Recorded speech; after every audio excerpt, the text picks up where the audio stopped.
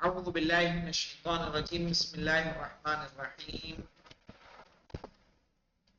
ہماری نقوش امامت میں ہم زندگی پڑھ رہے تھے اپنے نوے امام محمد تقی علیہ السلام. اس میں کل ہم نے بات کی تھی کہ آپ کم سنی میں امام بنے. عمر مبارک آپ کی صرف اور صرف 8 سال تھی. تو کیا اس سے پہلے بھی کبھی ہوا ہے یا نہیں؟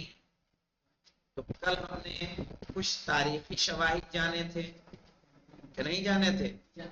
کس کے بارے میں؟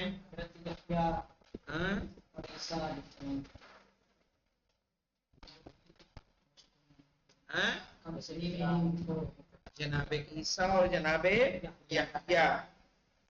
صحیح ہے. اوکے. آج ہم اسی کے متعلق کس کی دلیل جانیں گے؟ اعتقادی دلیل. صحیح ہے، ہمارے جو عقیدے سے متعلق ہوتی ہے.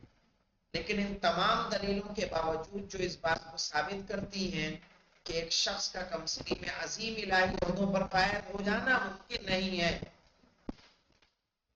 صحیح ہے. آغاز امامت میں امام محمد تقی علیہ السلام کی کمسن ہونے کی مشکل نہ صرف بہت سے عام شیعہ افراد کے لیے حل نہیں ہوئی تھی بلکہ بعض شیعہ علماء بزرگوں کے لیے بھی اس مسئلے میں بحث و گفتگو کی گنجائش تھی. صحیح ہے. اسی وجہ سے امام رضا علیہ السلام کی شہادت کے بعد شیعوں کو بالخصوص عام شیعوں کو خطرناک اور اس قسم کے غیر معمولی اعتقادی مسئلے سے روبرو ہونا پڑا. روبرو ہونا یعنی مولانا آمنا سامنا ہوا اس مشکل کا. اور حضرت کی کمسنی ایک عظیم مشکل کی صورت میں ظاہر ہوئی. ابن رستم طبری جو 4 صدی ہجری کے دانشوروں میں سے تھا لکھتا ہے کہ جب ان کی عمر یعنی امام تقی علیہ السلام 6 سال اور چند ماہ کی ہوئی، مامون نے ان کے باپ کو قتل کر دیا. صحیح ہے. اور شیعہ حیرانی اور پریشانی میں پڑ گئے. لوگوں کے درمیان نظریاتی اختلاف پیدا ہو گیا. ابو جعفر کے سن کو کم سمجھا اور تمام شہروں میں شیعہ حیران و پریشان ہو گئے. اسی بنا پر شیعوں نے مختلف اجتماع منعقد کیے اور امام محمد تقی علیہ السلام سے ملاقاتیں کی اور اطمینان حاصل کرنے اور امام کو آزمانے کی غرض سے کیا ان کے پاس علم امامت ہے، آپ سے بعض سوالات پوچھے. اور جب انہیں یقینی واضح و اطمینان بخش جواب مل گئے تو انہیں اطمینان اور سکون حاصل ہوا. اس سلسلے میں مورخین لکھتے ہیں کہ چونکہ امام رضا علیہ السلام نے 202 میں رحلت فرمائی، ہمیں 203 یاد ہے، یہاں 202 لکھا ہے، شاید 203 ہجری اس میں دیا ہوا ہے 14 ستارے. اس وقت ابو جعفر کی عمر تقریباً 7 سال تھی. اسی وجہ سے بغداد اور دوسرے شہروں میں لوگوں کے درمیان اختلاف نظر پیدا ہو گیا. اس وقت حج کا زمانہ نزدیک تھا. بغداد اور دوسرے شہروں سے 80 علماء اور فقہا حج کے لیے نکلے. کتنے؟ 80. اور ابو جعفر سے ملاقات کی غرض سے مدینے کا قصد کیا. مدینے گئے اور جب مدینے پہنچے تو امام جعفر صادق علیہ السلام کے گھر پر گئے جو خالی تھا اور ایک بڑی سی چٹائی پر بیٹھ گئے. اسی وقت صدر مجلس کی طرف ایک دروازہ کھلا. صحیح ہے. اور امام علیہ السلام نشست گاہ میں داخل ہو کر فروکش ہو گئے یعنی بیٹھ گئے اور تمام لوگ خاموش ہو گئے. پھر انہوں نے اپنے سوالوں کو امام کے سامنے، عمر کتنی؟ 8 سال 7 سال، امام کے سامنے پیش کیا. اور جب انہیں اطمینان بخش مکمل جوابات مل گئے تو وہ خوش ہو گئے اور آپ کی تعریف کی اور آپ کے لیے دعا کی. اسحاق بن اسماعیل جو اس سال اس گروہ کے ساتھ تھا کہتا ہے میں نے بھی ایک خط میں 10 مسئلے لکھے تھے. صحیح ہے. تاکہ انہیں حضرت سے پوچھوں. اس وقت میری زوجہ حاملہ تھی. میں نے دل میں سوچا کہ اگر حضرت نے میرے سوالوں کا جواب دے دیا تو ان سے یہ درخواست کروں گا کہ وہ میرے لیے دعا کریں کہ میری زوجہ کی شکم میں جو بچہ ہے وہ لڑکا ہو. جب لوگوں نے اپنے سوالات بیان کیے میں بھی اپنے خط کو لے کر کھڑا ہوا تاکہ اپنے سوالات کو بیان کروں. امام نے جیسے ہی مجھے دیکھا فرمایا اے اسحاق اس کا نام احمد رکھو. سوچیے اس نے امام سے کہا تو نہیں تھا، ابھی سوالات لے کے کھڑا ہے. سوال پوچھ لوں گا تو امام سے کہوں گا کہ میری بیوی پریگننٹ ہے، آپ دعا کریں کہ خدا بیٹا دے. امام نے کیا کہا؟ اے اسحاق اس کا نام احمد رکھو. عمر 7 سال ہے. اسی کے ساتھ میری زوجہ نے لڑکے کو جنم دیا اور میں نے اس کا نام احمد رکھا. صحیح ہے. امام سے یہ ملاقات اور بحث و گفتگو اور اس قسم کی دوسری ملاقاتیں شیعوں کے اطمینان اور آپ کی امامت پر مکمل عقیدے کا سبب بنی اور اس کے ذریعے سے ان کی فکر اور ذہن سے شکوک و شبہات کی تاریک بادل چھٹ گئے.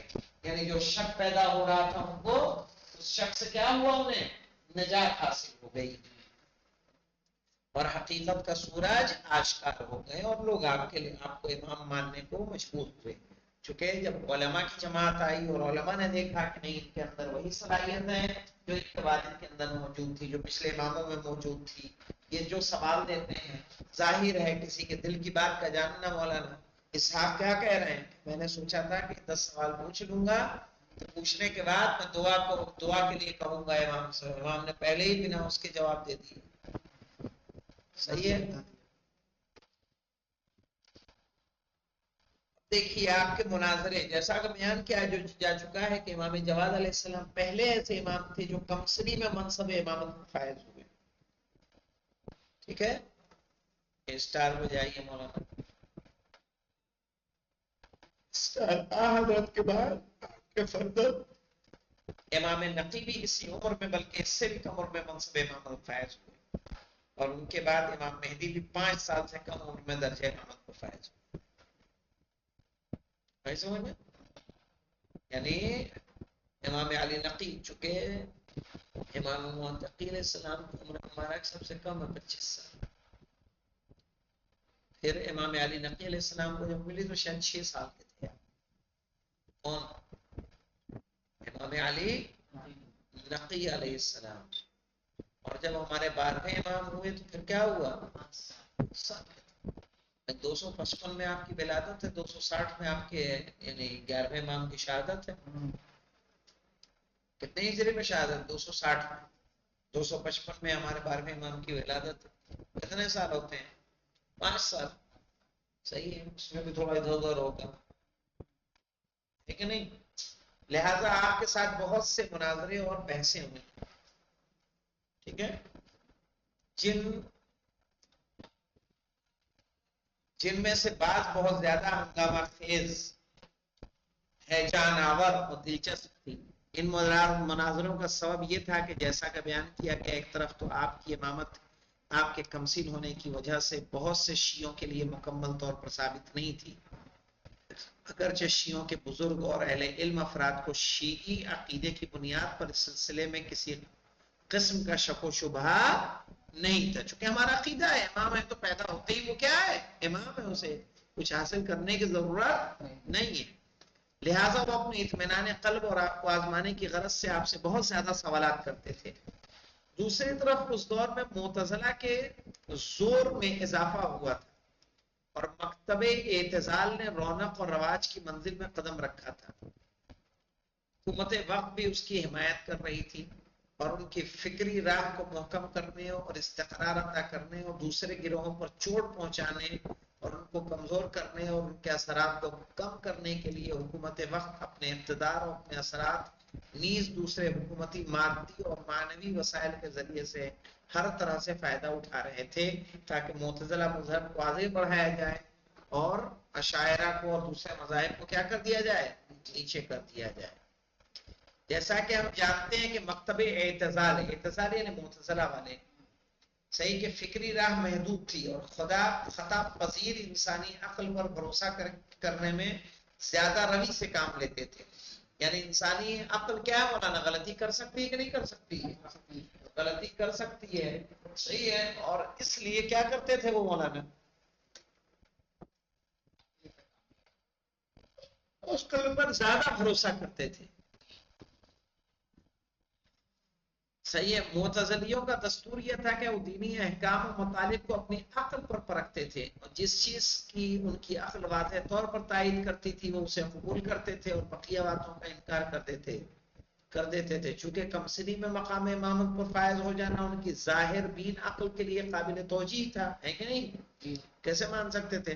لہذا وہ بہت سے پیچیدہ اور دشوار سوالات پیش کرتے تھے تاکہ بگمان خود حضرت کو علمی رقابت کے میدان میں شکست دے سکیں، ہرا سکیں.